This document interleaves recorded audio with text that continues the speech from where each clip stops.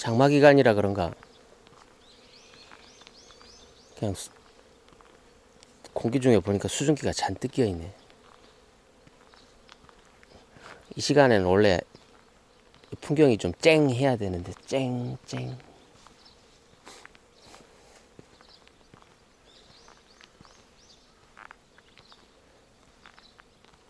이 아침 숲이 그 나무들 햇볕에 반사되고 하는 것들이 쨍한 기분이 들어야 되는데 이게 공기 중에 물기가 잔뜩 있는 것 같아요.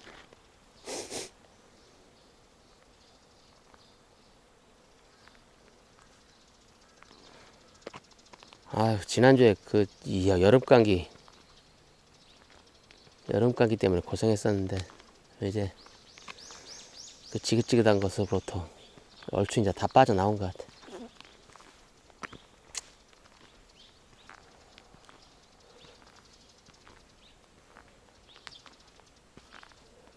다시 이렇게 정상적으로 산책도 하고 또 산책하면서 또 책 한 권 읽으려고 책을 한 권 들고 나왔습니다.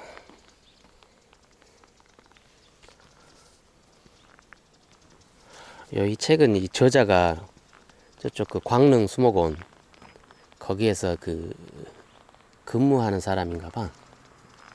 그러니까 그 전국 각지에 있는 종자들을 이렇게 채집해가지고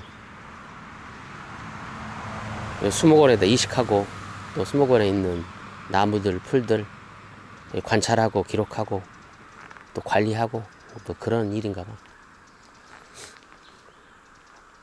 그런 일을 하면서 2002년인가? 2002년, 2003년 그 시기인가 봐. 2002년, 2003년, 2년 동안 이 봄, 여름, 가을, 겨울에 그 풍경들, 그 나무들 이야기 또는 풀들 이야기, 꽃들 이야기인데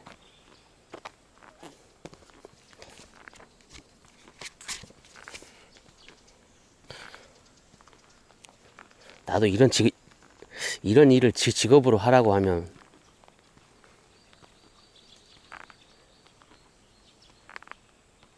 재밌을 것 같아.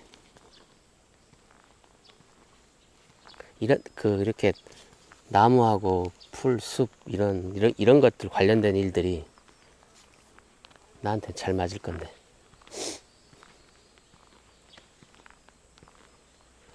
또 그걸 직업으로 가지면 또 스트레스 엄청 받으려나? 잘 모르겠다. 안 해봐서.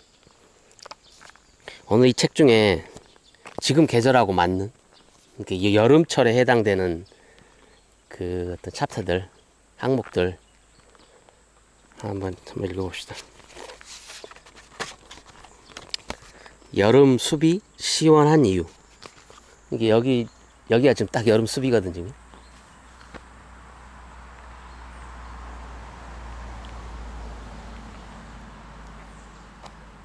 이 여기 숲길로 이게 이 숲 산책길로 들어오면 이 되게 시원하다고 이게. 집에서 나와서 여기 도로를 건너올 때는 되게 뜨거운데 딱 이 산책길로만 들어오면 진짜 시원해 이게. 공기도 틀리고 다 틀려.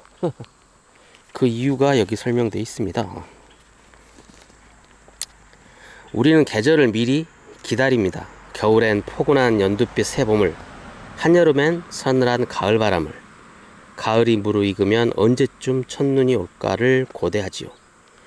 하지만 특별한 사연이 없다면 무더운 여름만큼은 더디 오기를 바라게 됩니다. 이젠 정말 여름입니다. 그래서 녹음이 우거진 숲이 더욱 생각납니다. 시원하기 때문에 더욱 그렇지요. 여름숲이 시원한 이유는 여러 가지입니다. 우선 나무 그늘이 따가운 여름 햇살을 가리고 짙은 초록빛 나무 빛깔도 시원합니다.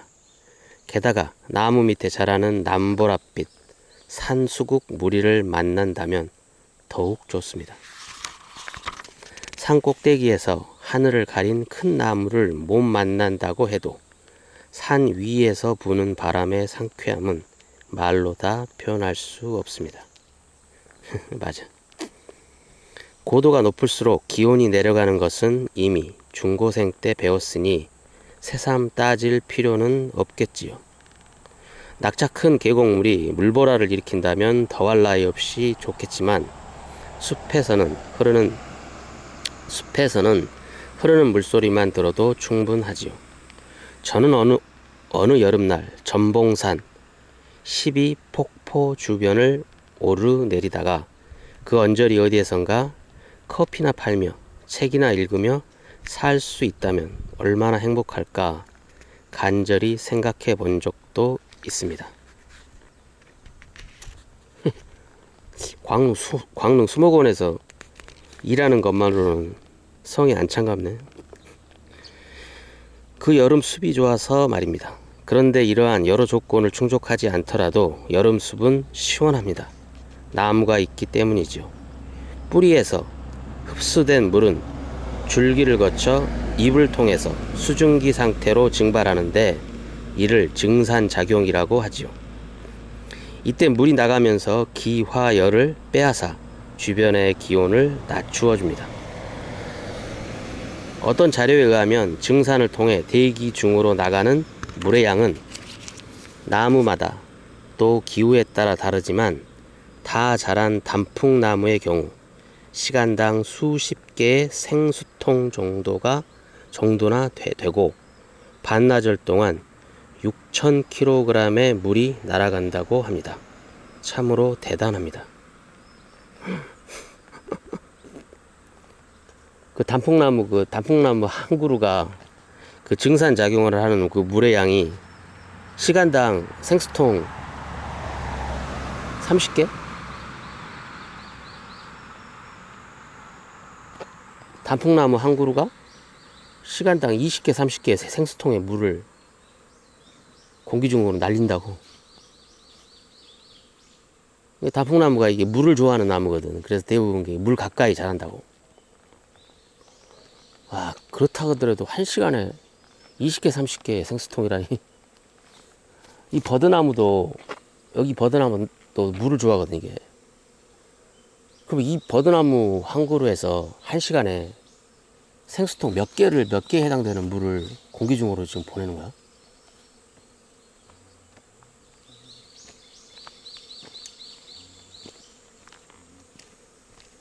이게 지금 단풍나무 그 한 그루하고는 아직 잽도 안 되거든. 이게 엄청나게 큰 나무거든. 그 단풍나무 한 그루가 할 수 있는 양의 10배 이상은 지금 그 물을 날려보낼 거라고. 그러면 이 버드나무 한 그루가 한 시간에 뿌리를 통해서 빨아들인 물을 저 2% 입의 그 뒷면으로 통해서 공기 중으로 내보내는 양이 한 시간에 200개 정도는 된다는 얘기잖아.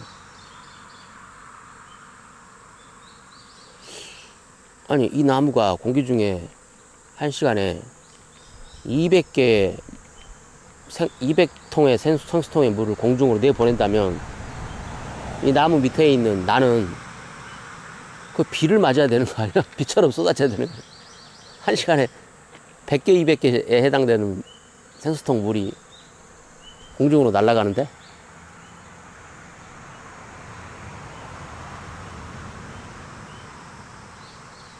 와, 그렇게나 많은 물이.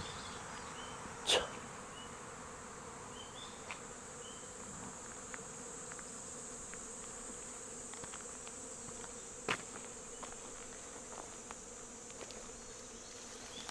지금 이 줄기로 시간당 100개, 200개에 해당되는 100개, 200개, 생수통 100개, 200개 해당되는 물이 이 줄기를 통해서 지금 올라가고 있는 거야, 지금.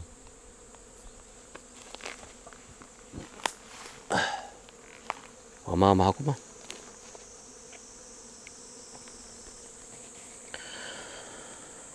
이러한 증산작용은 햇볕이 강할수록, 온도가 높을수록, 습도가 낮을수록, 바람이 강할수록 활발해지지요.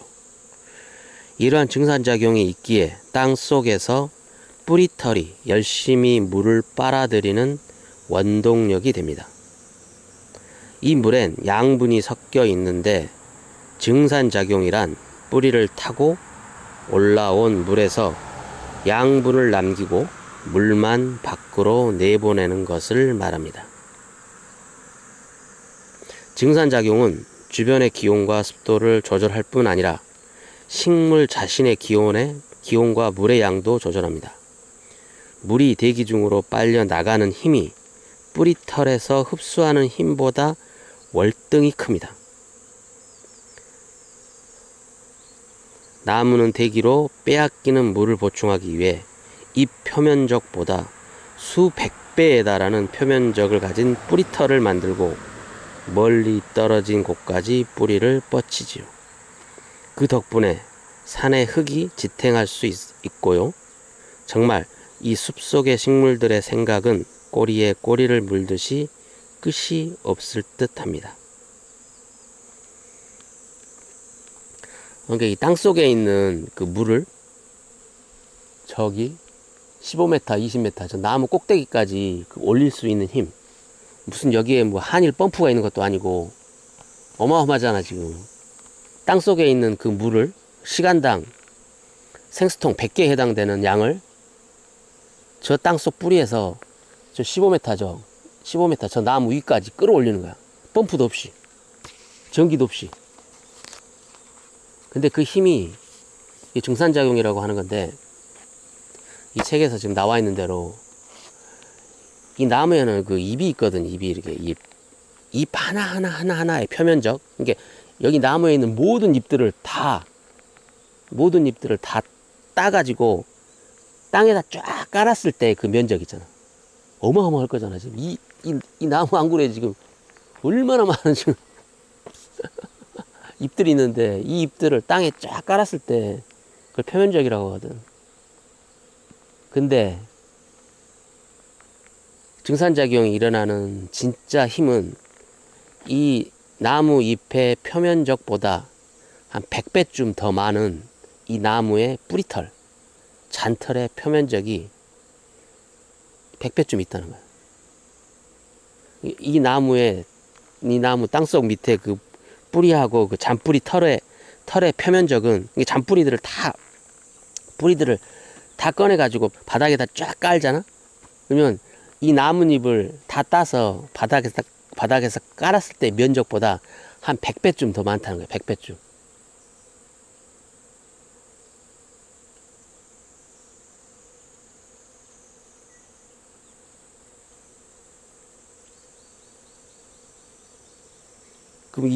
그럼 도대체 이 나무 한 그루에 뿌리가 어디까지 뻗쳐 있을 거냐는 거죠. 어디까지.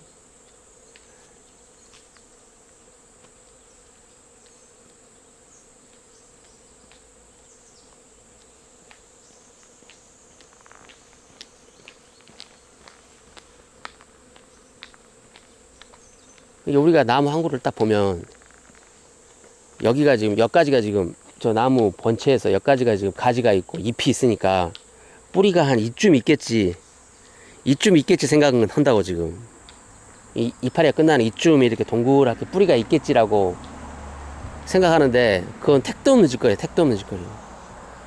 이 잔털의 뿌리털이 이 나무의 표면적이 100배가 된다는 얘기는, 이 나무의 뿌리는 여기서부터 여기까지가 지금 한 7m쯤 된다면, 그 나무는 7m 곱하기 100배만큼 뻗어 있는 거야. 한 500m쯤 뻗어 있어야 되지 않나? 100배쯤 되려면? 아니다. 그게 원을 그리니까 그렇게 크진 않겠지만, 최소한도로 10배 이상은 뻗어 있어야 돼. 그러니까 저 나무로부터 여기 7m까지가 이 나뭇잎의 끝이라면, 뿌리는 저 나무 기둥으로부터 70m까지는 뻗어 있어야 돼. 70m. 70m면 이 산책로 저 끝까지 가 있는 거예요. 끝까지죠.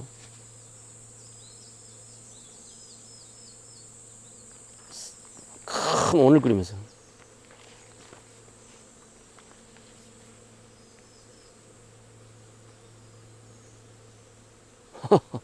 진짜 어마어마한 거지. 이 나무의 뿌리가 지금.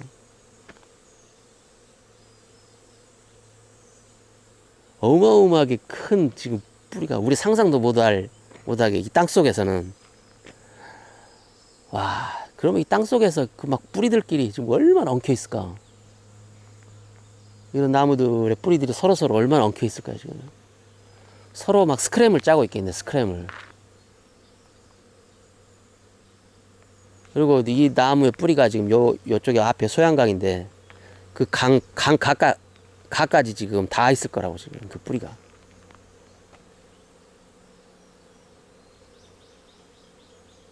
그러니까 이 어마어마한 양들을 지금, 어마어마한 무게를 지탱을 하는 거겠지.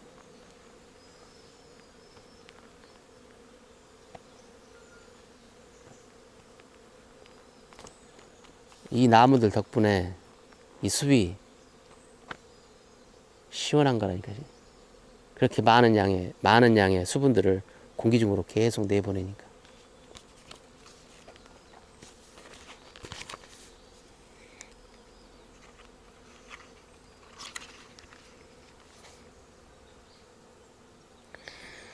우리가 흔하게 볼 수 있는 그 클로바 얘기 한번 해볼까? 클로바? 이 클로바에 나오네. 클로바. 여기도 클로바도 있죠. 이런 게 클로바죠.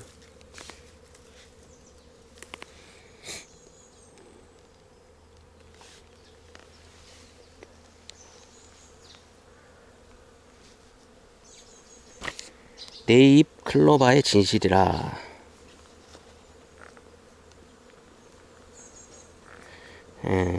귀화 식물로 보통 새 잎이나 돌연변이 탓으로 네 잎이 생긴다. 돌연변이로 가끔가다 생기는 게 네잎클로바구나. 얼마 전 전화 몇 통을 받았습니다. 요즘 한강 둔치공원에서 네잎클로버가 무수히 많이 발견된다는 내용이었습니다. 아주 드물어야 할 네잎클로버가 많이 보이는 것이 이상하여 환경오염 때문 아니냐는 것이었습니다. 네잎클로버는 일종의 돌연변이라고 할 수 있지요. 네 장의 잎, 세 장의 잎이어야 하는데 드물게 네 장으로 나타납니다. 돌연변이를 일으키는 이유는 무수히 많습니다. 환경오염도 그 하나지만 자연적인 변이도 적지 않습니다. 변이는 좋게도 나쁘게도 인식됩니다. 예를 들어 값 비싸고 아름다운 꽃의 새로운 품종을 만드는 원예 육종가들은 바로 이 돌연변이에서 특별한 것을 골라내는 일을 합니다. 자연 속에서도 이 돌연변이는 식물의 진화를 유도합니다. 자연 속에는 무수히 많은 변이가 있습니다. 우연히 만들어진 변이가 새로운 환경이나 수분, 매개 곤충과의 관계에 더욱 잘 적응하면서 열매 정착에 유리한 구조와 기능을 만들게 되죠. 이에 따라 식물계, 물론 자연계도 마찬가지입니다만 식물계가 아주 조금씩 변화합니다. 네잎클로바는 행운을 기다리는 사람들이 행운으로 인식한 대표적인 경우이지요. 많은 이들은 나폴레옹이 네잎클로버를 보고 신기하게 여겨 허리를 굽히는 순간 총알이 비켜났다는 일화를 유래로 알고 있지만 실제로 네잎클로바와 행운과의 관계는 기원 전까지 거슬러 올라간다고 합니다. 세계에서 가장 많은 네잎클로버를 가져 행운을 가장 많이 맛봤다고 말할 수 있는 사람은 역설적이게도 미국의 한 교도소에 갇혀 있던 죄수였습니다. 그는 5개월 동안 교도소 마당에서 13,000개의 네잎클로바를 찾아냈으며 심지어 7입의 네잎클로바도 있었다고 합니다. 5개월 동안 13,000개를 찾은 거야?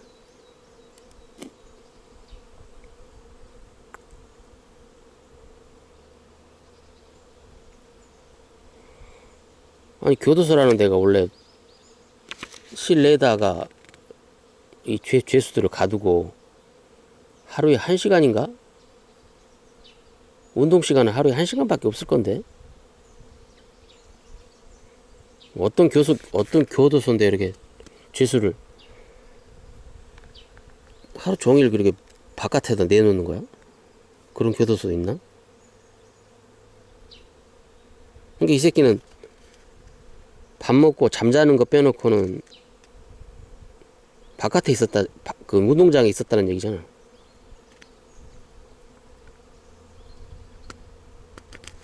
그런 교도소가 있나? 씨, 그러면 죄 지은 새끼들한테 고통을 가하는 것도 아니고, 뭐야, 이거. 완전히 뭐, 소풍 나온 것도 아니고, 무슨 교도소가, 뭐 이래. 그러니 요즘 네이클로버가 많아진 원인을 찾는데 너무 조급히 한 방향으로 몰아가지 말고 조금 폭넓게 보며 점검할 필요가 있다고 생각됩니다.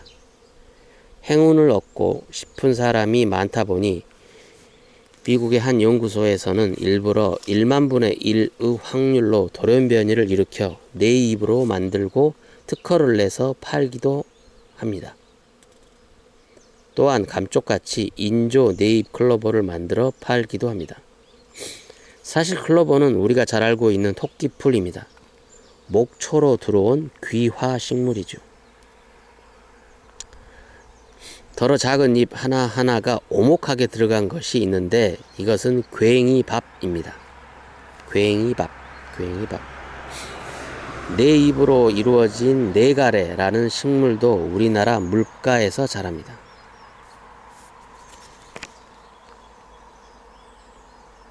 요건 나도 본 것 같네. 그래서 정말 식물의 잎이라도 행운을 얻고 싶다면 네가래 잎이라도 건네주세요. 이 네가래 잎을 네이클로버라고, 속이라고. 마음이 중요한 것이라 싶어서 말입니다. 저는 이 작은 소란이 부디 네이클로버가 어떤 특별한 환경적인 변화가 아니라 주변의 풀 속을 좀 더 가까이 들여다보면서 살아가는 초록빛 여유가 조금씩 생겨났기 때문이기를 간절히 바랍니다. 만일 잿빛 도시의 시계처럼 돌아가는 바쁜 일상에서 주변에 피어난 작은 풀잎 하나와 나무가지를 흔드는 바람 한 자락에 눈길을 주고 마음을 연다면 네이클로버가 주는 작은 행운과는 비교할 수도 없는 자연과 더불어 사는 삶이란 더 행운이 찾아올 것이라고 믿습니다.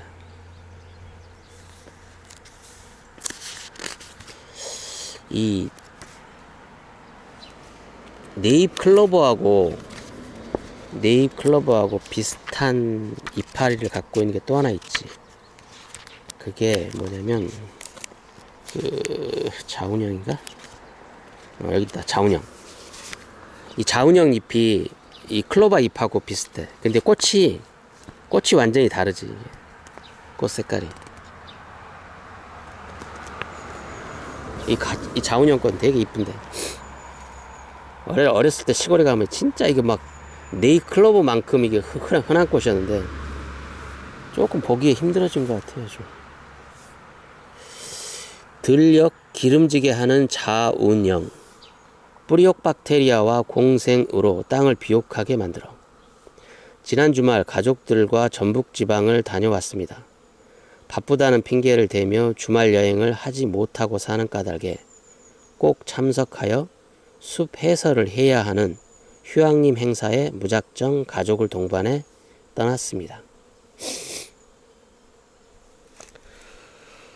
칠흑같이 까만 밤하늘에 쏟아지는 별, 밤바람에 흔들리고 부딪히는 나뭇잎 소리, 숲에서 두런두런 나누던 시와 나무 이야기, 아침 햇살을 받아 반짝이는 숲속 나무들 틈에 피어난 싱그러운 풀잎들, 이 모두가 휴양림에서 하룻밤을 보내며 만난 것입니다. 꽉 막혀버린 길에서 지루함을 대신하여 한껏 나누었던 가족들의 목소리, 벌써 여러 날이 지났건만 그 한순간 한순간을 생각할 때마다 마음이 따뜻해집니다. 그런데 그 길목에서 가장 인상 깊고 선명하게 남아있는 것은 어느 들녘을 붉게 물들이던 자운형 군락이었습니다. 저 멀리 들녘이 온통 붉은 것을 보고 차를 돌려 가 보니 참으로 오랜만에 보는 자운형이었습니다. 자운형을 아십니까? 토끼풀처럼 생긴 짙은 분홍빛 꽃이 피는 풀 말입니다. 특히 남부지방이 고향인 분들 중에는 그 아름다운 빛깔의 꽃무늬를 기억하실 분들이 많을 겁니다. 예전에 그리도 흔했는데 왜 지금은 보기 어려울까요? 우리의 농가 밭이 금비, 화학비료로 덮여 버렸기 때문입니다. 아, 이게 남부지방에 많이 피는 거구나. 그래서 내가 많이 봤네. 이 자운형의 고향은 중국이지만 아주 오래전부터 이 땅에 들여와 심정적으로 우리 꽃이 되어버린 콩과 식물입니다. 예전에는 벼농사가 끝나고 나면 녹비, 즉 풀이나 나뭇잎 따위로 만든 거름, 그런 걸 녹비라고 하는구나. 녹비 작물로 자운형을 심었습니다. 그리 되면 땅이 비옥하게 변해 이듬해 농사를 잘 지을 수 있기 때문입니다. 아, 가을에 벼를 걷고 수확하고 난 다음에 거기다가 이 자운형 그 씨앗들을 거기다 뿌렸다고? 참, 그랬었어?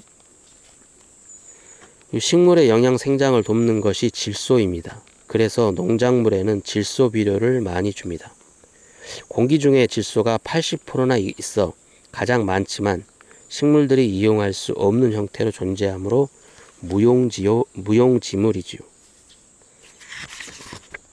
그런데 자운형을 비롯한 콩과 식물의 뿌리에는 혹처럼 붙어 사는 뿌리혹 박테리아가 공기 중에 있어 사용하지 못하던 질소를 쓸모있게 고정시키는 작용을 하는 것입니다. 이러한 자운형과 뿌리혹 박테리아는 서로 공생합니다. 자운형이 광합성으로 만들어낸 탄수화물을 얻어 쓴 대신 뿌리혹 박테리아는 자운형에게 필요한 흙 속의 질소를 고정하여 공급해주는 역할을 하는 것이죠. 이 질소가 비료의 역할을 하므로 보통 농사를 짓고 나서 가을이 되면 자운형 씨앗을 뿌립니다. 싹이 터서 겨울을 지난 자운형이 이듬해 봄에 잘 자라 오르면 갈아엎고 모를 심게 됩니다. 요즘은 아름다운 자운형의 꽃무늬를 볼 수 없는 것도 아쉽지만 제초제와 화학비료로 죽어가는 땅이 아닌 흙 속의 작은 박테리아와 자운형이 지혜롭게 서로 도우며 기름지게 만든 살아있는 땅에서 키웠던 그때의 깨끗한 곡식들을 만날 수 없는 것이 못내 아쉽습니다. 아, 이 질소가 지금 이 공기 중에 80%나 되는구나. 내가 지금 숨쉬고 있는 이 공기 중에 대부분은 질소네, 질소. 이 질소가 한 80% 정도 되고 또 산소가 뭐 10몇 프로가 되는 거니까 이 질소와 산소가 대부분인 거네. 이 공기 중에 있는 거.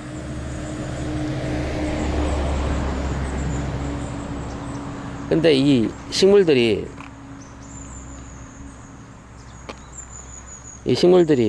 이 광합성을 통해서 이 포도당은 많이 확보를 하는데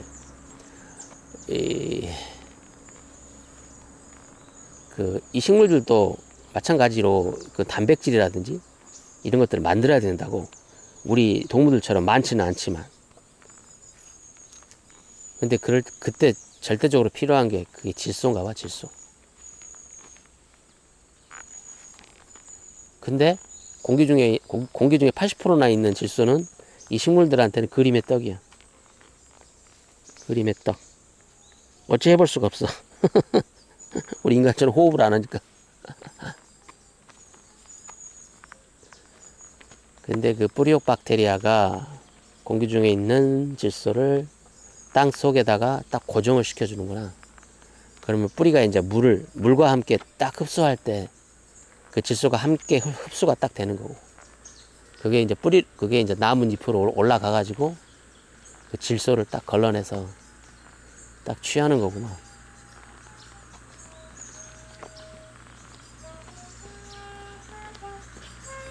예전에 보면 그 밭 고랑과 고랑 사이에 내 기억에도 보면은 그 콩 있잖아, 콩을 이렇게 심어놨다고.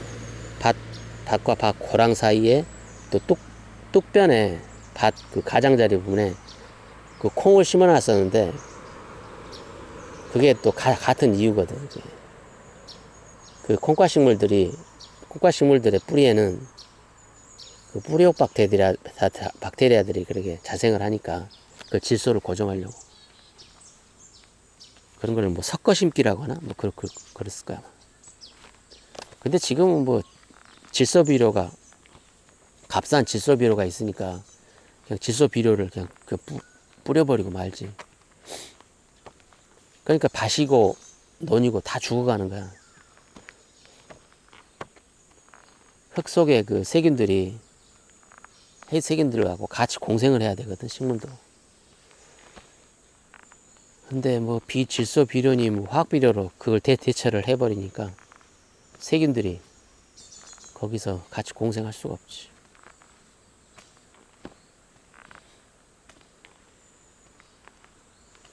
이 콩과식물들은, 아카시아 나무도 콩과식물인데, 그 콩과식물들은 이 박테리아가, 뿌리옥 박테리아가 잘 달라붙도록 뿌리 쪽에 영양분을 많이 이렇게 내보내는가 봐. 다른 식물들하고 다른 나무들하고 다르게. 이게 다른 나무들은 이렇게 광합성을 해서 여기서 이제 포도당이 이렇게 만들어지거든. 그럼 이 물이 올라오는 그 수관이 있고, 여기서 만들어진 포도당이 이 뿌리로 가는 또 관이 또 별도로 있거든, 이 나뭇잎에는. 그래서 이걸 뿌리 쪽으로 보내거든. 그러면 이제 보통 나무들은 그 뿌리 쪽에다가 그 잎에서 만든 포도당을 차곡차곡 잘 쌓아 놓는다고. 그래야 겨울도 나고, 또 이듬해 봄에 또 그걸 에너지로 해서 또 꽃도 피우고 막 해야 되니까. 근데 콩과식물들은 그렇게 만들어진 포도당을 그 뿌리 쪽에 미세한 관을 통해서 땅속으로 이렇게 내보내는 작용을 하는가 봐. 그러니까 뿌리옥 박테리아가 웬 떡이냐 하고 막 달라붙는가 봐, 그게. 그 박테리아들이. 그 뿌리옥 박테리아만 거기에 달라붙겠어? 그리고 단맛을 좋아하는 여러 박테리아나 세균들이 다 달라붙겠지. 웬 떡이냐고. 좀 그 콩과식물들은 이게 성격이 좀 많이 베푸는 성격인가 봐. 많이 베푸는. 이게 그 음식 같은 거 만들 때 손 큰 사람들 있잖아. 손 큰 사람들. 그런 사람들 같은 성격인가 봐.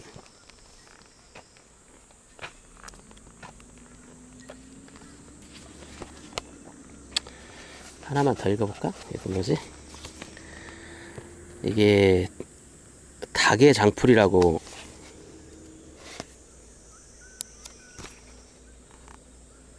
이거 진짜 흔했거든. 이게 어딜 가나 막 진짜 흔한 꽃이었어요. 흔한 꽃.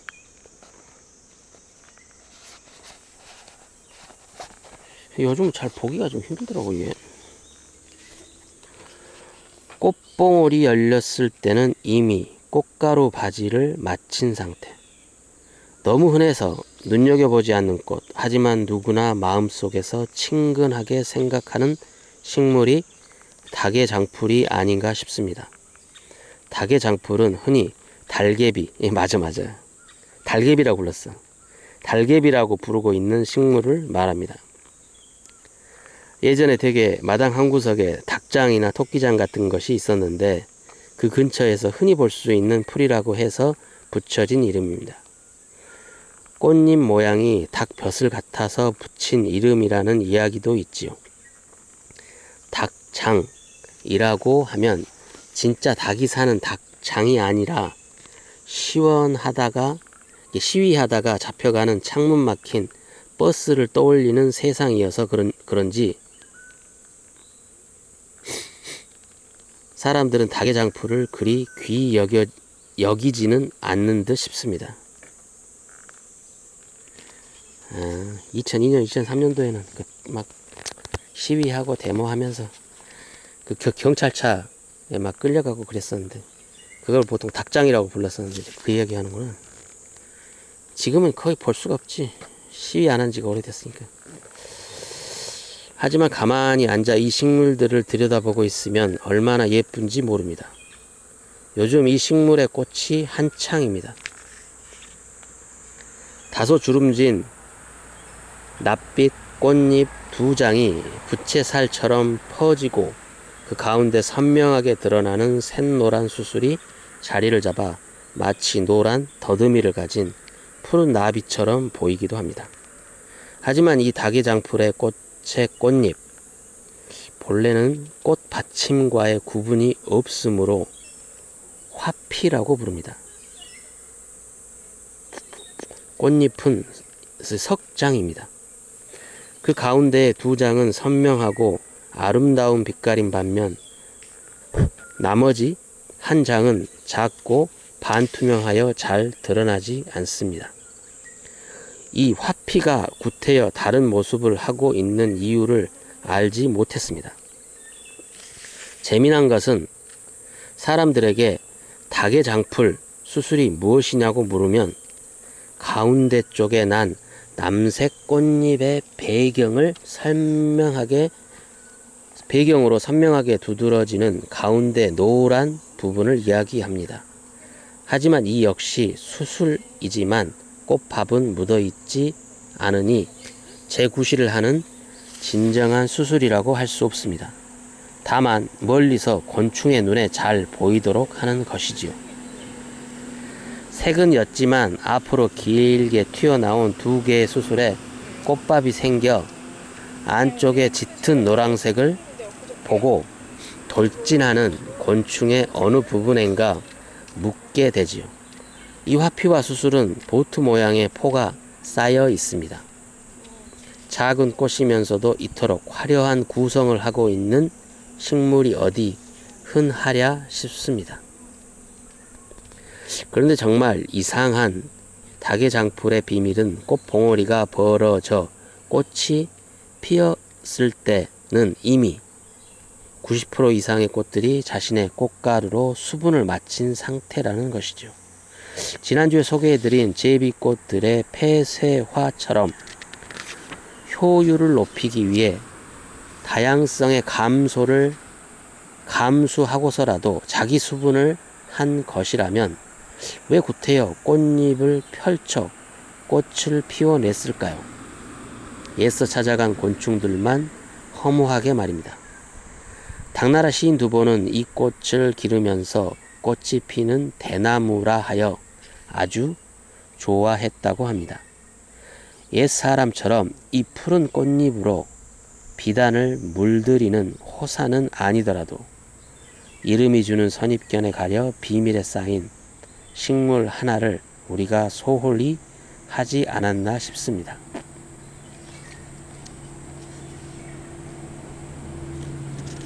왜 바보처럼 자가 수분을 해버리는 거야?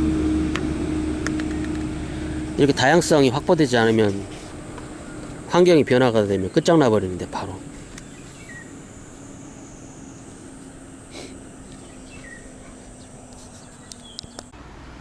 이 공원에 있는 산딸나무가 지금 한 그루 있는데 이 산딸나무를 한번 자세히 보여줄게.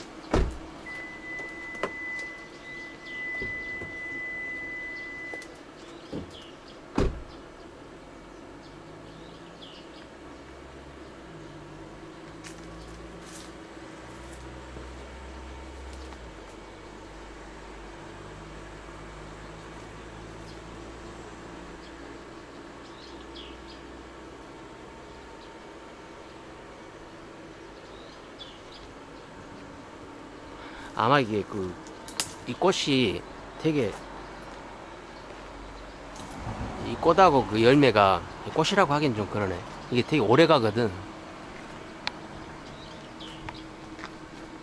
되게 오래 남아, 오래 보존되는 거고, 또 가을에 보면 저게 열매가 빨갛게 익으면 꼭 딸기 모양처럼 빨갛게 익거든, 저기가.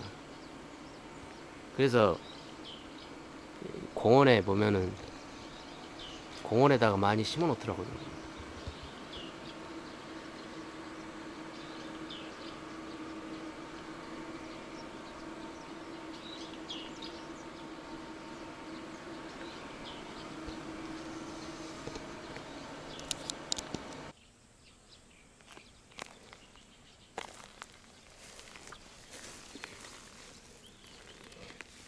아, 이것도 지금 쓴바기, 이거 쓴바기 일종인데, 이거.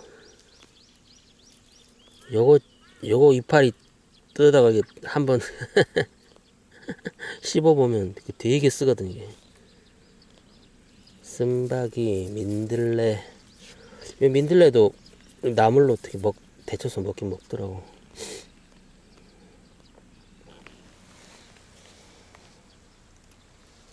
아, 이건 조그마긴 해도, 이건 고들빼기. 너무 조그맣네. 이 고들빼기 이파리는 보면 이 줄기를 좀 감싸 안고 올라가거든. 이게 좀 특징이야, 이게. 고들빼기도 있고, 쓴바기도 있고.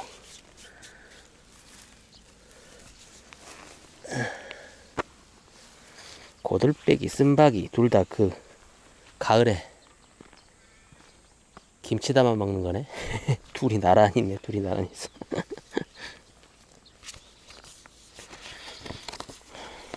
이 공원에 보면 이게 산딸나무가 하나 있는데, 거기 한번 읽어볼까? 꽤 많은 산딸나무. 작고 보잘것없는 꽃. 곤충 눈에 잘 띄려고 포를 꽃잎처럼 변신. 산딸나무 꽃이 한창입니다. 이 나무를 가장 쉽게 만날 수 있는 한라산 자락이나 도심의 공원이며 제가 일하고 있는 수목원에도 요즘 하얗게 피어 있습니다. 그 눈부신 꽃송이들의 깨끗함과 풍성함을 보노라면 마음까지 밝아지곤 합니다. 2해 전 이즈음 미국의 식물원들을 돌아볼 일이 있었는데 그때 가장 눈길을 끌던 나무 중 하나도 바로 이 산딸나무 종류였습니다. 같은 나무라도 특별히 아름답게 가꾸고 즐기는 서양 사람들의 모습을 보면서 그것이 모두 식물에 대한 관심의 표현이라는 생각을 하다가 우리는 왜 좋은 우리 식물들을 많이 두고 제대로 알아주지도 이용하지도 못하나 싶어 부러웠던 기억이 납니다. 못난 주인을 만나 근근히 살아가는 이 땅의 산딸나무이지만 다른 나라에서는 온갖 사랑을 받던 이 나무에게 병이 생겨 죽어갈 때 우리 산딸나무의 생존력이 가장 높아 세계의 주목을 받고 있다니 더욱 미안할 뿐입니다. 우리나라에도 작은 산딸나무 파동이 있었습니다. 예수님이 못 박힌 십자가를 만든 나무라는 소문 때문에 이 나무를 심겠다는 갑작스런 수요가 몰렸기 때문이죠. 하지만 조금만 생각해보면 진짜 십자가로 쓰인 나무라면 예수님이 살던 더운 나라의 나무가 추운 겨울을 나야 하는 이 땅에서 살 수 없다는 사실을 알 수 있습니다. 헛소문에 휩싸였다가 천덕꾸러기가 되어버린 산딸나무는 말없이 꽃을 피웠습니다. 부화내동하였다가 쉽게 잊는 단순한 우리 인간들과는 달리 묵묵히 제 할 일을 합니다.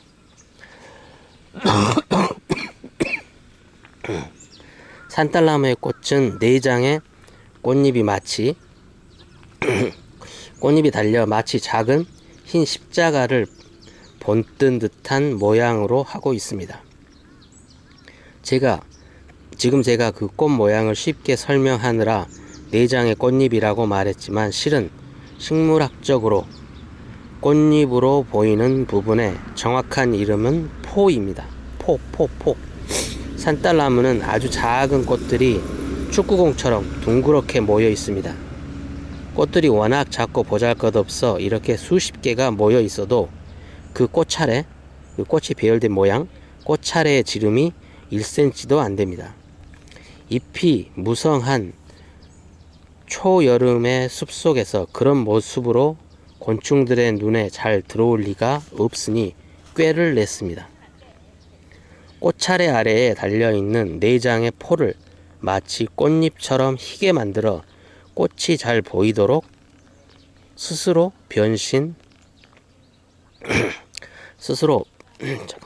야, 파리들이 왜 지랄이야. 스스로 변신한 것이지요. 제대로 결실을 하기 위해 얼마나 열심히 살아가는지 모르겠습니다. 산딸나무는 꽃이 지고 하얀 포가 너덜너덜해질 무렵이면 동그란 초록 열매가 맺게 되는데 가을에 붉게 익습니다. 표면이 오돌도돌하고 동그란 열매가 잔뜩 달린 모습은 꽃 못지않게 예쁘지요.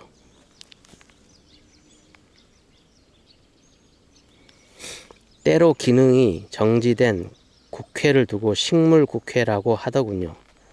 이렇게 치열하게 노력하며 자유롭게 조화되어 살아가는 산딸나무를 비롯한 식물들이 들으면 몹시 서운해할 일입니다.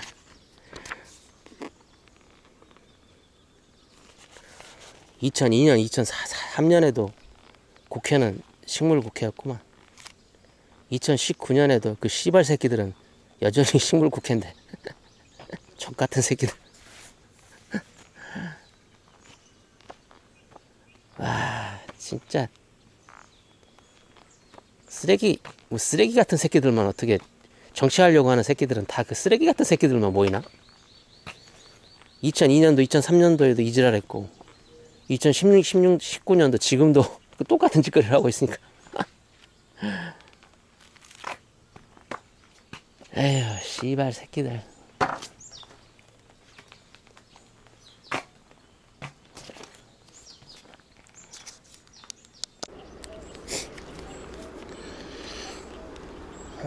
드럼나무는 가시로 새순을 보호해. 새순 보호이에 가시로 무장해도 봄나물로 먹으려고 마구 잘나가. 지난주에도 산에 다녀왔습니다. 멀리 제주도로 갔었지요. 남돌은 주로 그곳에 쉬러 가지만 전 신혼여행을 갔을 때를 빼놓고는 언제나 일하러 갑니다. 하긴 그때도 비자림이나 식물원을 거닐며 시간을 보냈습니다.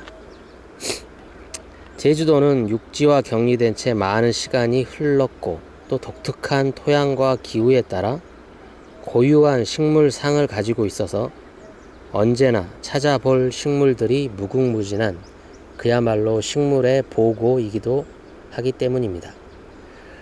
하지만 이번은 참 힘들었습니다. 하루에 100mm 가깝게 내리는 비를 주룩주룩 맞으며 조사를 했는데 숲에 얼마나 가시 덤불이 많던지 팔 다리는 긁히고 옷은 찢어지고 줄딸기, 찔레, 바늘 엉겅퀴 등의 가시와 그야말로 사투를 벌이며 조사를 하다 왜 유독 한라산의 중턱에는 가시덤불이 많은지 생각해 보게 되었습니다.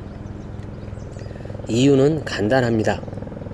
이곳은 주로 가축을 방목하여 키우는데 가시가 무성한 식물일수록 가축들에게 먹히지 않고 많이 살아남기 때문입니다.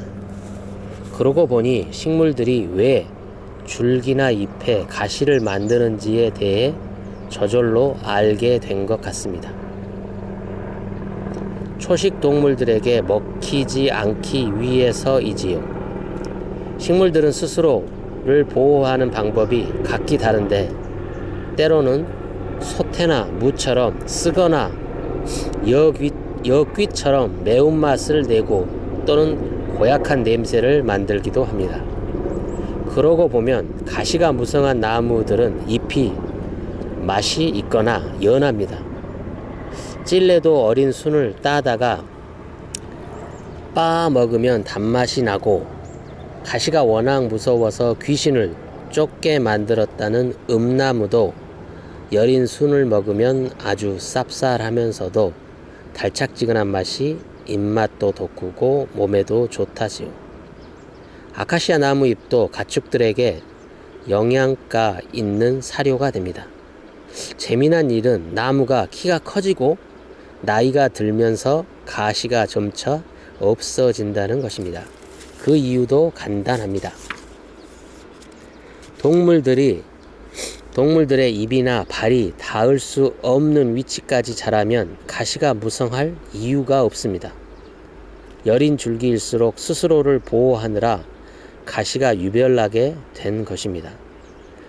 아카시아 나무를 몹쓸 나무라고 베면 벨수록 무서운 가시를 가진 줄기가 무성하게 나와 극성을 부리지만, 그냥 잘 두면 가시 없는 굵은 나무로 커 나갑니다. 식물에 따라 여러 기관이 변해 가시가 되었는지도 식물에 따라 어떤 기관이 변해 가시가 되었는지도 알 수 있습니다. 장미처럼 장미처럼 가시가 줄기에서 툭 떨어지는 것은 줄기의 피층이 변한 것이고, 줄기의 피층이 변한 것이고, 아카시아 나무의 가시는 탁 옆이 변한 것으로 가시가 줄기에서 잘 떨어지지 않지요. 이게 피부가 변한 게 아니고 얘는 탁 옆이라 해서 나뭇잎이 될 것의 일종인가? 그런 것들은 잘 안 떨어지는구나. 식물들은 이렇게 스스로 살아가기 위해 여러 전략을 짜내지만 언제나 이러한 자연의 조절작용을 거스르는 것은 우리 인간인 듯합니다. 향긋한 봄나물로 인기가 있는 두릅나무 수는 가시가 그리 무성한데도 사람들이 잘도 잘나가 버려 올 여름 줄기를 올려 꽃을 피울 수도 없는 나무가 태반입니다. 꽃이 피면 참으로 풍성하고 아름다운데 말입니다. 아주 많은 시간이 흘러 이 두릅나무가 이 땅에서 사라질지 아니면 새로운 전략으로 인간의 횡포에 살아남을지 궁금해져 타임머신이라도 타고 미래로 가고 싶어집니다. 이 봄에 두릅 새순을 이렇게 꺾어다가 초장에다가 찍어 먹는 게 우리나라만 그런 게 아닌가 보구나. 다른 나라에서도 이 새순 꺾어다가 다 먹어버리는가 보구나. 두릅나무가 여기가 있을 거야. 아마 한번 찍어보자.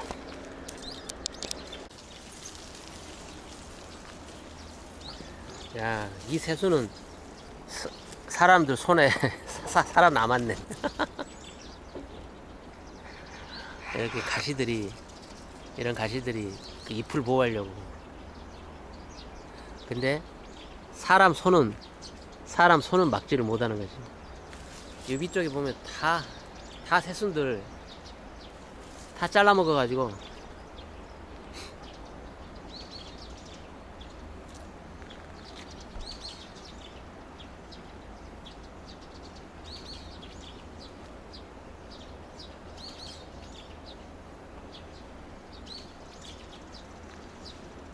아유, 인간들 하는 짓거리 보면. 야, 여기는 그래도 새순이 좀 올라갔네. 살아남았어.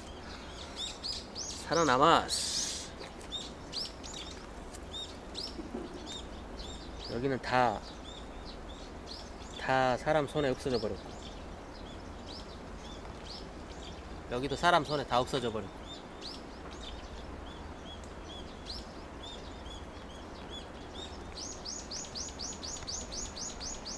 아카시아 쪽으로 가볼까? 이 아카시아도 콩과 식물인데, 가시가 있는 아카시아.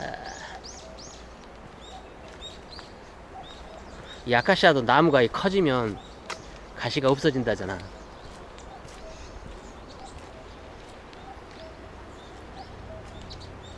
아카시아 잎이고 가시들 이제 오래된 나무가 이렇게 크면 이제 가시가 없어지잖아요. 이렇게 새 가지들만 이렇게 가시가 있잖아. 지금 초식동물들이 이제 그 잎을 따먹지 말라고. 근데 나무가 이렇게 커지면 저 위쪽에 있는 나무들은 이게 높이가 이게 초식동물이 닿지 않는 곳에 있는 그 줄기들은 가시를 굳이 만들 이유가 없거든. 봐봐, 안 만들어 가시를. 위쪽은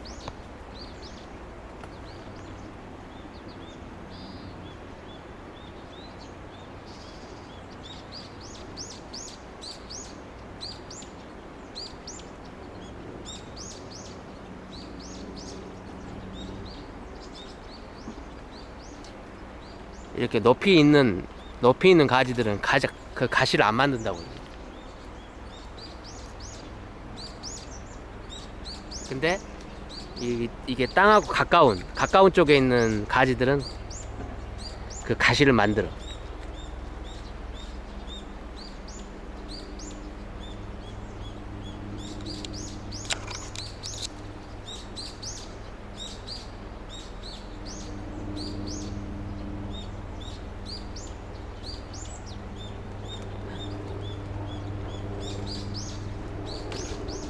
이 아카시아 나무가 콩과식물이라는 증거. 열매가 콩이야, 콩. 작년에 만든 이제 그 열매들, 아직 땅에 안 떨어진 열매들.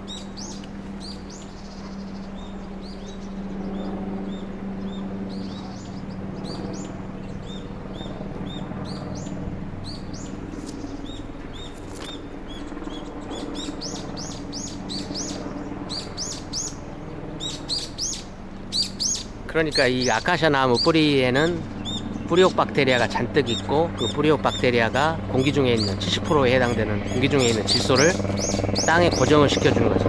그러면 이 아카시아 나무 주변에 있는 나무들도 혜택을 보는 거야. 그 질소 혜택을.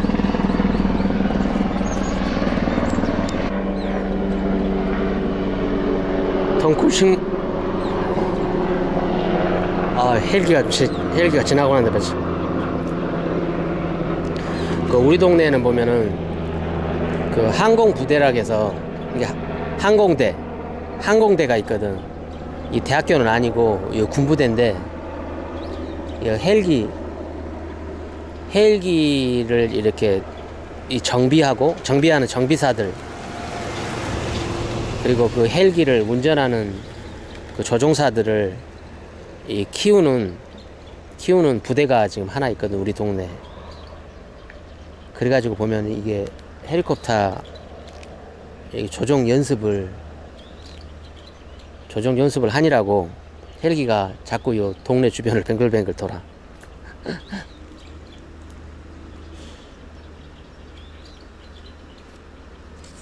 지나갔다.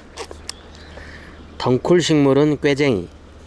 광합성을 위해 햇빛을 많이 쬐려고 다른 나무 감고 올라가.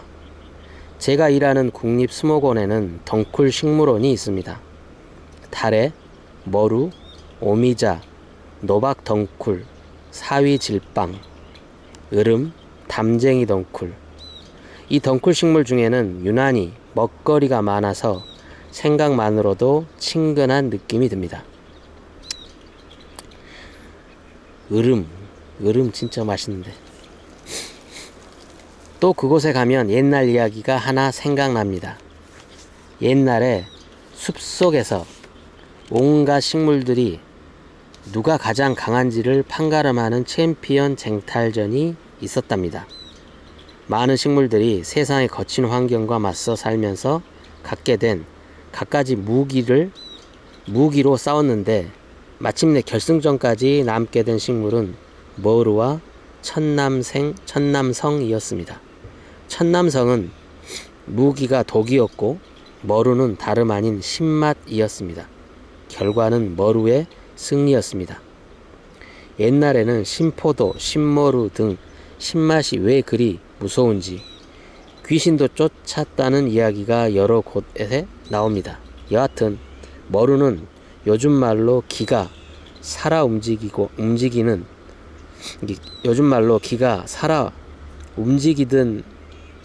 감고 하늘 높은 줄 모르고 올라가는 덩굴 식물이 되었고, 천남성은 키 작은 풀이 되었답니다. 그러니까 머루가 천남성하고 싸워서 이겨가지고 기가 펄펄 살아가지고 뭐든지 감고 하늘 높은 줄 모르고 올라가는 덩굴 식물이 되었고, 천남성은 조그마한 작은 풀이 됐다고. 이렇게 옛 이야기에는 머루가 덩굴이 되어 올라가게 된 사연을 이야기하고 있지만 진짜 이유는 무엇일까요? 광합성에 꼭 필요한 햇볕을 잘 받을 수 있도록 높이 올라가기 위해서지요. 햇볕을 잘 받으려면 큰 키나무처럼 키를 키워도 되지만, 그러려면 식물체를 꼿꼿이 서도록 지탱하고 유지하는 데 많은 에너지가 필요하니, 이를 덜기 위해 좋게 말하면 생태적인 전략이고, 나쁘게 말하면 애써 자라는 다른 나무에 편승하여 키를 높인 약삭빠른 식물인 것입니다. 또 다른 궁금증은 대체 덩굴들은 눈이 있는 것도 아닌데 어떻게 자신이 감고 올라갈 대상이 있음을 감지할 수 있을까 하는 것입니다. 물론 덩굴 식물에게는 동물이 갖고 있는 신경 조직 같은 것은 없습니다. 그런데 잎 혹은 줄기의 일부가 변한 덩굴 손이 자유롭게 허공에 흔들리다가 바람 혹은 그 어떤 원인으로 주변에 감고 갈 대상에 닿게 되면 일종의 호르몬이 분비되어 1, 2분 안에 자극이 온 곳으로 방향 바꾸기를 계속하면서 자라나 물체를 감게 되는 것이죠. 어떤 덩굴 식물은 한 바퀴 감는데 1시간 30분 정도 걸립니다. 덩굴손 중에 용수철처럼 여러 번 감긴 것을 흔히 볼 수 있는데 저 헬기 지금 한 바퀴 돌고 다시 돌아왔어.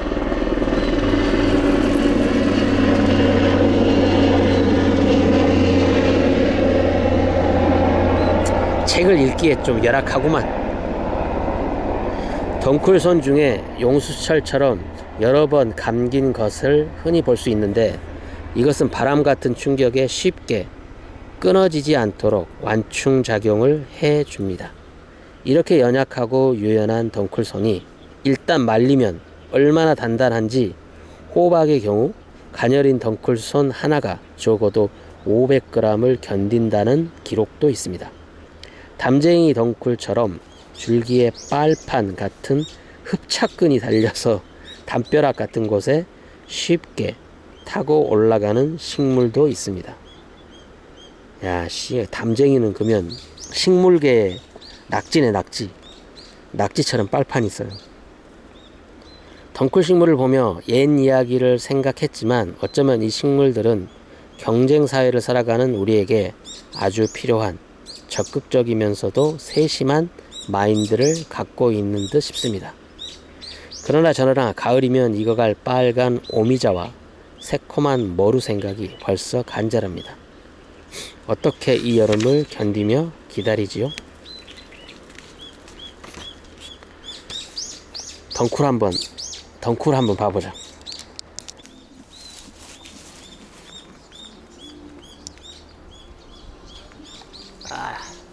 저 덩굴이 지금 여기 감았네. 이렇게.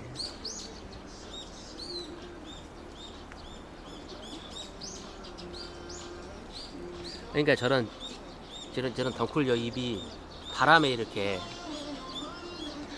흔들 하면서 이렇게 지내다가 뭔가 가물게 탁 걸리면, 이 바람에 흔들 하다가 우연찮게 뭔가에 딱 걸리면 갑자기 이 나무에 호르몬이, 이게 성장 호르몬 있잖아. 성장 호르몬이 급격하게 이쪽으로 탁 몰리는 거야. 그래서 딱 걸리면 성장 호르몬이 갑자기 급격하게 여기에 탁 몰리면서 얘가 이 한 바퀴를 감는데 1시간이면 된대. 1시간 반이면. 이 평상시에는 그렇게 잘 자라지 않던 덩굴이 바람에 살랑살랑 움직이다가 뭔가에 탁 걸리면 이 끝으로 성장 호르몬이 갑자기 샥 나오면서 딱 한 바퀴를 도는, 이게 성장을 해야 한 바퀴를 도니까 한 바퀴를 도는데 1시간 반이면 이게 한 바퀴를 한 바퀴를 돈다잖아.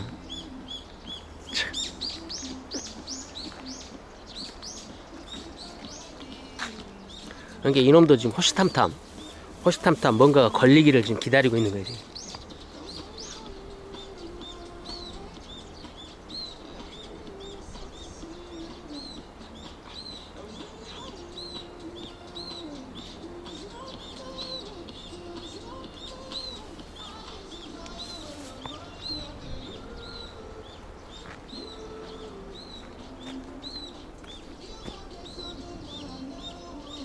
이것도 지금 그 가시박이라고 하는 외래종인데, 이게 돼지풀 못지않게 이것도 진짜 빌어먹을 것이야. 빌어먹을 것.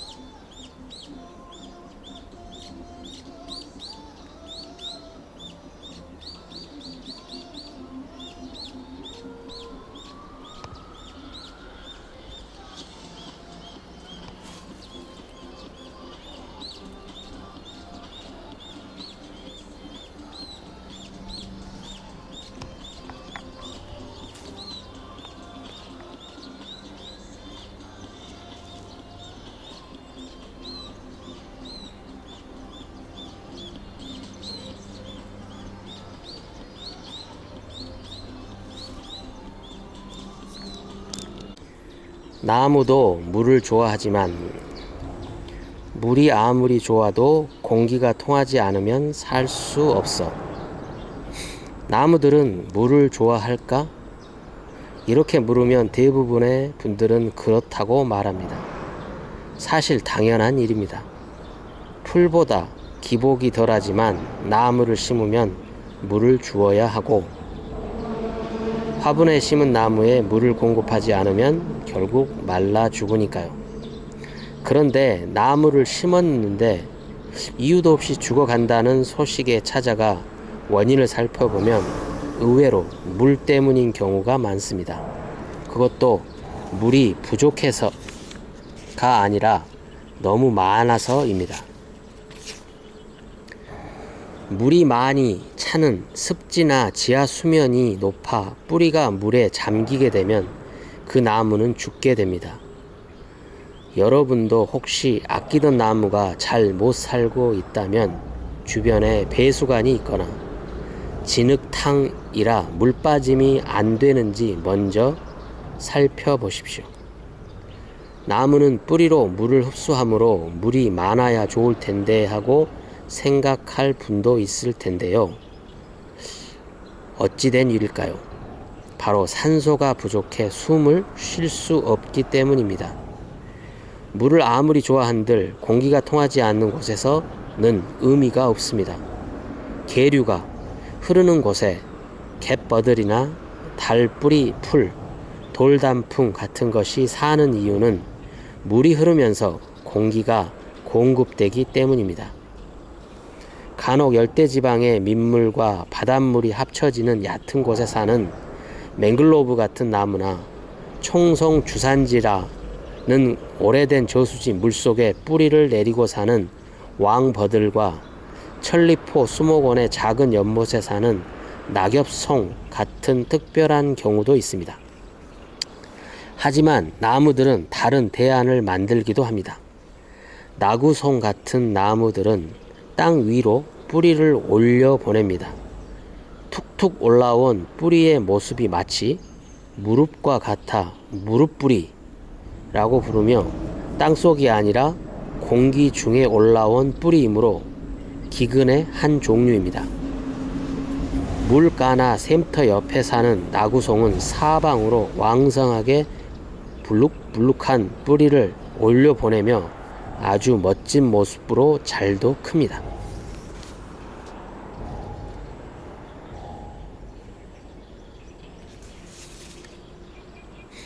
같은 날 심은 같은 나이의 나무를 보았는데 물 옆에 심은 나무가 10여 년 만에 2배가량 더 크게 자랐더군요.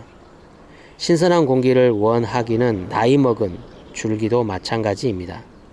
서울 명륜동 성균관 문묘나 강원도 문막에는 천연기념물로 지정된 은행나무 노거수가 있습니다. 이들을 살펴보면 옆으로 자란 오래된 가지의 일부가 혹이 난 것처럼 길게 늘어져 있는 것을 볼 수 있는데, 늘어진 젖가슴의 모양을 닮았다고 하여 유주라고 합니다. 더러 이 유주가 땅 밑까지 늘어져 땅에 닿으면 다시 새로운 뿌리를 내려 자라기도 한답니다. 본 나무와 연결된 가지를 자르면 새로운 개체가 되는 것이지요.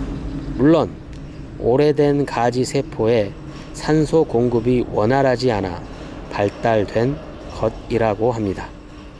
꼭 같은 이치는 아니지만 사람도 이렇게 신선한 공기가 필요합니다.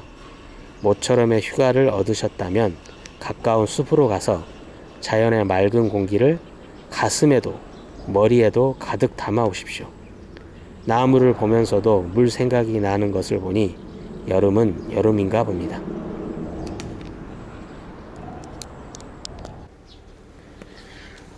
어둠을 밝히는 환한 미소, 어스름에 피는 달맞이꽃, 밤동무 박학시 나방이 꽃가루 바지 마타. 이른 아침 출근하는 길목에서 샛노란 달맞이꽃 무리를 보았습니다. 모처럼 갠 파란 하늘과 어우러져 참 곱구나 생각을 했습니다.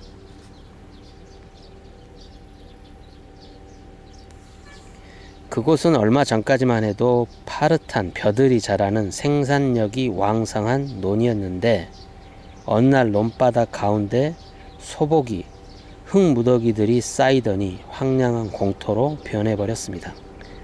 그리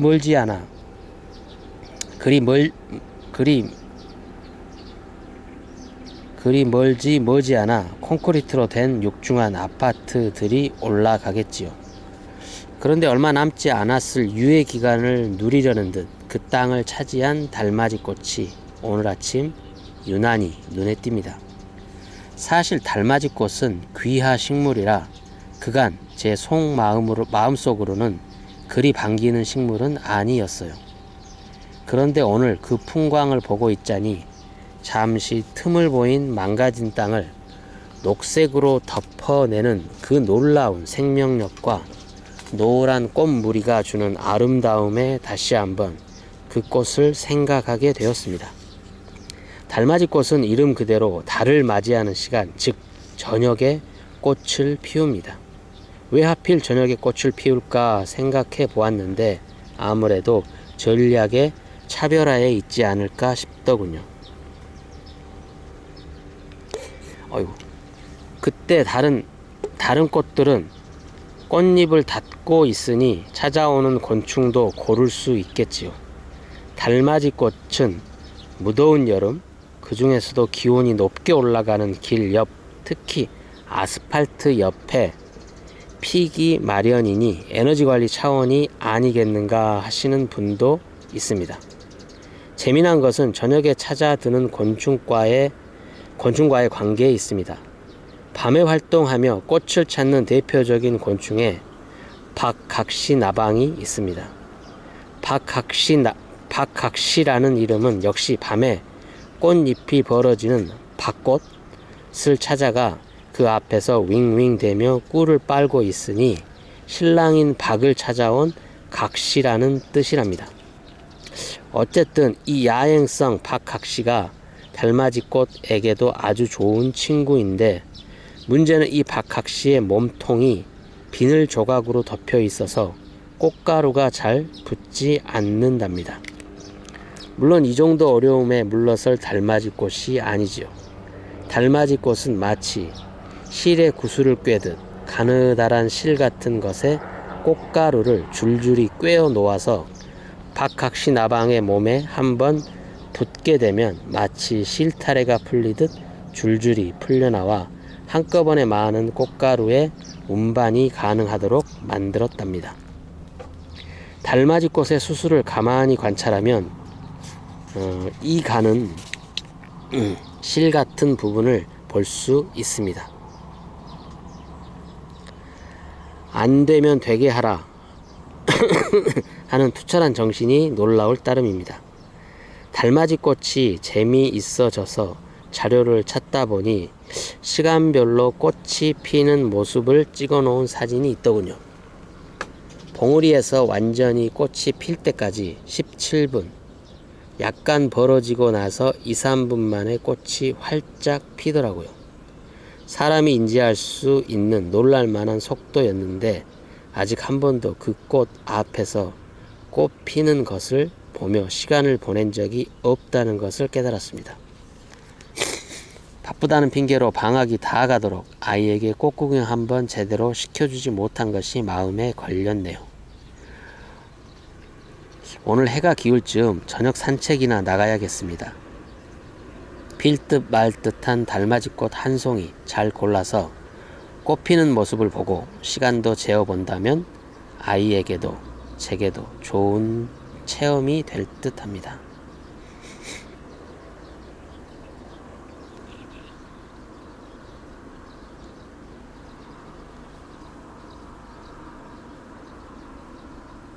달맞이꽃이 있나 지금? 오면서 보니까 그 달맞이꽃 그 풀 기둥들은 이게 풀 이만큼씩 자라 있던데 꽃은 아직 안 펴 있더라고. 꽃이 펴 있는 게 있는지 한번 봐봐야겠다.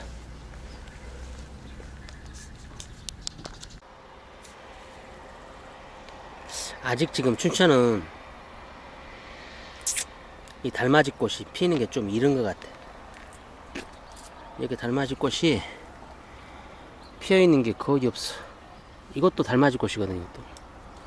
이것도 이렇게 위에서부터 피네. 위에서부터 얘들은 보고 있으면 약간 그 야광 색깔 같아. 보면은 이렇게 오므렸다가 해가 지면은 이렇게 이파리를 싹 펼친다는 거지.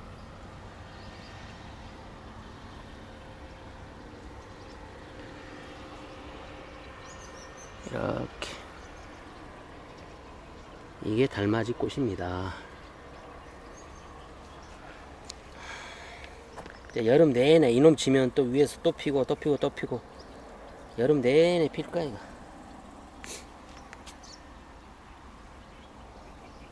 좀 달맞이 꽃 시기가 좀 일러 아직은.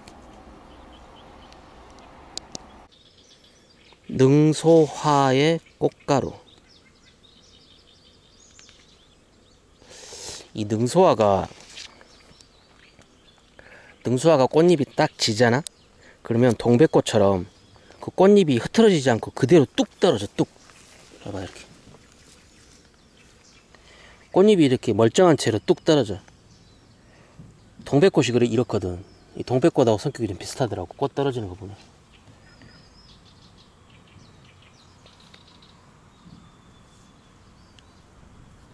요 꽃잎 갖다가 뭔가를 해도 될 것 같아. 이쁘게 장식 같은 거. 양반집 울타리에서만 자라던 능소화의 순환시대. 능소화 꽃이 한창입니다. 요즘 제 연구실 밖으로 나오면 건너편 건물에 돌벽 가득이 주렁주렁 달려있는 능소화 꽃송이들이 얼마나 고운지 번번이 발길을 멈추게 됩니다. 능소화가 너무 반가운 것은 제가 제 딸 아이만한 나이 때 우리 집 마당에서 보던 추억 때문인지도 모르겠습니다. 주홍빛 꽃들이 꽃잎도 상하지 않은 채 뚝뚝 떨어져 버리면 어린 마음에도 그 꽃이 아까워 마음을 죄던 기억이 아직도 생생합니다. 우리 집 능소화는 여러 사람들이 탐을 내 큰 집과 이모댁, 이웃집에서도 나누어 주었습니다. 그 세월, 그 사람들, 그리고 능소화는 지금쯤 어떤 모습을 하고 있을까요? 그런데 얼마 전부터 능소화가 순환을 당하고 있습니다. 능소화 꽃가루가 눈에 들어가면 실명한다는 말이 퍼지면서 많은 사람들이 집 앞이나 공원에 심어져 있던 능소화를 뽑아버리려 합니다. 나팔 같은 능소화 꽃은 5갈래로 벌어지고 그 속에 1개의 암술과 4개의 수술이 드러나 있습니다. 그리고 이 노란 수술은 끝이 휘어져 있죠. 여기에 달리는 아주 미세한 꽃가루에는 갈고리 같은 것이 있습니다. 사실 꽃가루가 눈에 들어가면 좋을 것이 하나도 없습니다. 물론 먹으면 영양식이 되지만요. 더욱이 능소와 꽃가루가 갈고리같이 생겨서 사람들이 더 겁을 먹는지 모르겠습니다. 하지만 갈고리라고 해도 우리가 생각하는 것처럼 흉물스러운 것은 아니며 1000배 이상의 배율을 가진 현미경으로나 봐야 보일 정도입니다. 더욱이 지금까지 이 나무의 꽃가루가 문제가 되어 눈에 이상이 생겼다는 얘기는 들은 적이 없습니다. 사람들이 주의를 하면 될 텐데 아예 이 나무를 없애버리겠다고 온 나라가 들썩이는 것은 좀 이상합니다. 참으로 신기한 것은 각각의 식물은 겉모습만 차이 나는 것이 아니라 맨눈으로는 도저히 볼 수 없는 아주 작은 꽃가루의 모양과 표면의 무늬마저도 식물마다 다르다는 사실입니다. 식물 분류학자들은 이러한 꽃가루를 전자현미경으로 보고 식물의 계통을 따져보는 연구를 하기도 합니다. 우리가 조금 엿보아 알고 있는 식물의 세상은 지구 차원으로 크게 보아도 현미경 속에서 아주 작게 보아도 참으로 심오하며 언제나 새롭습니다. 능소화의 별명이 양반꽃입니다. 옛날 우리나라에서는 이 능소화를 양반집 마당에서만 심을 수 있어 혹 일반 백성의 집에서 이 나무가 발견되면 관가로 잡혀가 곤장을 맞았다는 얘기도 있지요. 그래? 미친놈들이네. 한여름 늦어진 꽃자루 끝에 입을 대고 한껏 힘주어 보는 나팔처럼 싱그럽게 고개를 쳐들고 피는 능소화 꽃들. 바람이 불고 비라도 몹시 내리면 시계추처럼 흔들리는 이 능소화의 꽃송이들의 매력을 느낄 수 있는 사람, 그 나팔을 닮은 꽃들이 불어내는 자연의 소리를 들을 수 있는 사람이 바로 이 시대의 양반이 아닐까 싶습니다.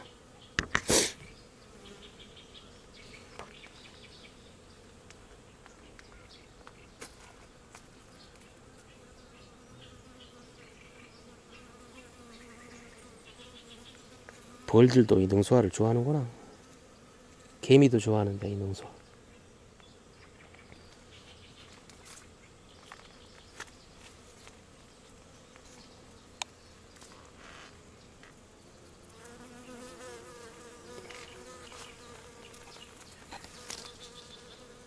이 벌이 능소화 안으로 들어간 다음에 내가 이 꽃잎을 닫아버리면 벌은 그 안에 갇히겠다.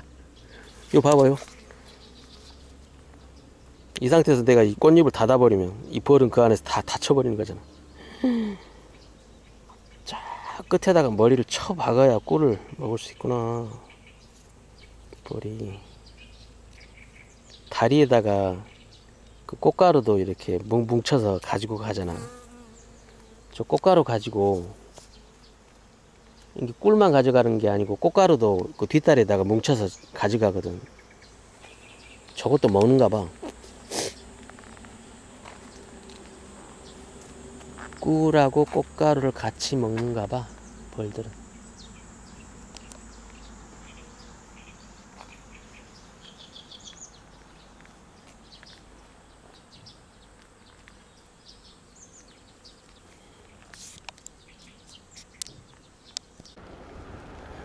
자귀나무는 부부금실 상징.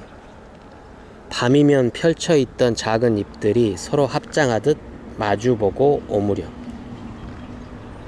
3년 동안 대학과 공동으로 연구하는 과제가 있었습니다. 마지막 공동조사를 갔더니 첫 조사 때 만나 예사롭지 않은 눈길을 보낸 남녀 대학원생이 연구가 종결되는 즈음에 결혼을 한다는 발표를 했습니다. 모두들 연구 결과 이상의 보람 있는 결실이라고 축하를 했죠. 나무를 인연으로 만난 사람에게 무엇을 선물할까 한참 고민하던 중 창밖의 화사한 자기나무 꽃송이들이 눈에 들어왔습니다. 그리고 지금 고운 명주 실타래를 잘라놓은 듯한 자기나무 꽃을 따서 말리고 있습니다. 왜냐고요? 깨끗한 책갈피에 말려 결혼 선물을 할 생각입니다. 향기로운 자기나무 꽃을 말려 베개 속에 넣어두면 향긋한 꽃 향기로 머리가 맑아진다고 하지요. 와, 진짜 냄새 좋다요. 자기나무 지금 자기나무 그 꽃에서 향기가 여기가 지금 진동을 진동. 와, 이 은은하고 향기가 진짜 좋네 이게.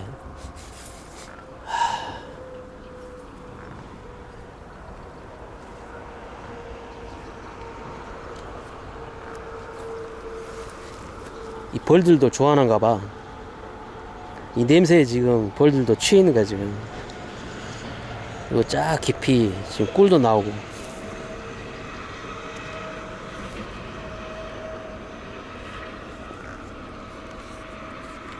게다가 예전에는 현명한 아내들이 바깥일 때문에 마음이 좋지 않은 채 돌아온 남편에게 술상을 내며 이 꽃잎을 띄웠다고 합니다. 그윽한 꽃향기, 아름다운 꽃, 무엇보다도 자신을 깊이 이해하는 아내의 마음이 담긴 술잔에 술을 마시면 어떻게 마음이 풀리지 않겠습니까? 세상살이에서 서로가 서로에게 이만큼만 배려를 할 수 있다면 얼마나 좋을까요? 자기나무는 합혼수, 야합수, 유정수 등의 별명이 있었죠. 예부터 신혼부부 방 창가에 심어 부부의 금실이 좋기를 기원하곤 하였답니다. 그 이유는 밤이면 펼쳐져 있던 작은 잎들이 서로 합해져 붙어버리기 때문이라지요. 그래서 자귀나무의 작은 잎들은 아카시아 나무처럼 끝부분에 하나가 남지 않고 양쪽이 똑같은 짝수입니다. 한번 봐볼까? 여기도 자기나무. 여기가 자기나무가 자생을 굉장히 많이 하네.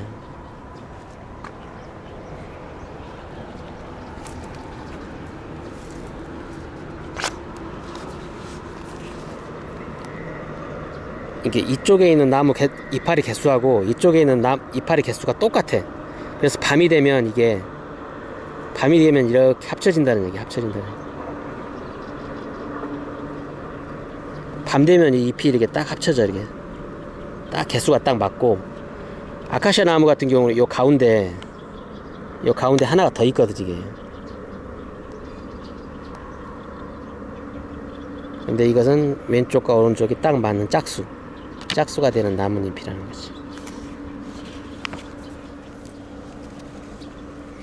자귀나무의 수면운동은 닿기만 하면 잠드는 미모사의 수면운동과는 성질이 조금 다른 것으로 외부의 자극 없이 일어나는 운동입니다.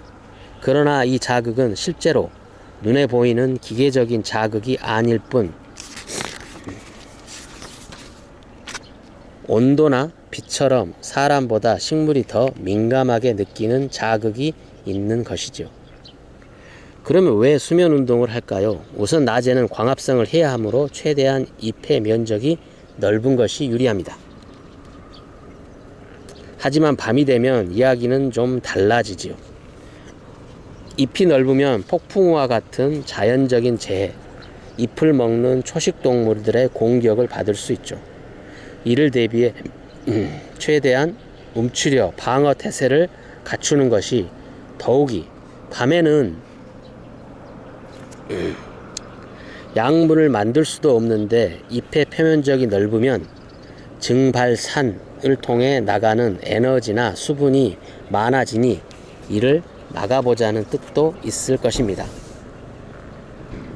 그렇다면 이름은 왜 자기 나무일까요? 자는데 귀신 같다 해서 붙여진 것이 아니냐는 학교 때 은사님의 농담이 그럴듯하게 느껴집니다. 새로 결혼하는 두 분과 이 땅의 모든 부분들이 자기나무처럼만 향기롭고 아름다우며 지혜롭게 살아가기를 바랍니다.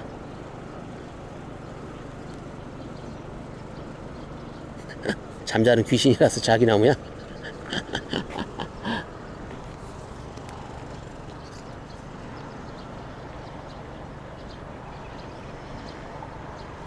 이 자기나무를 사진으로 몇 장 한번 찍어보자.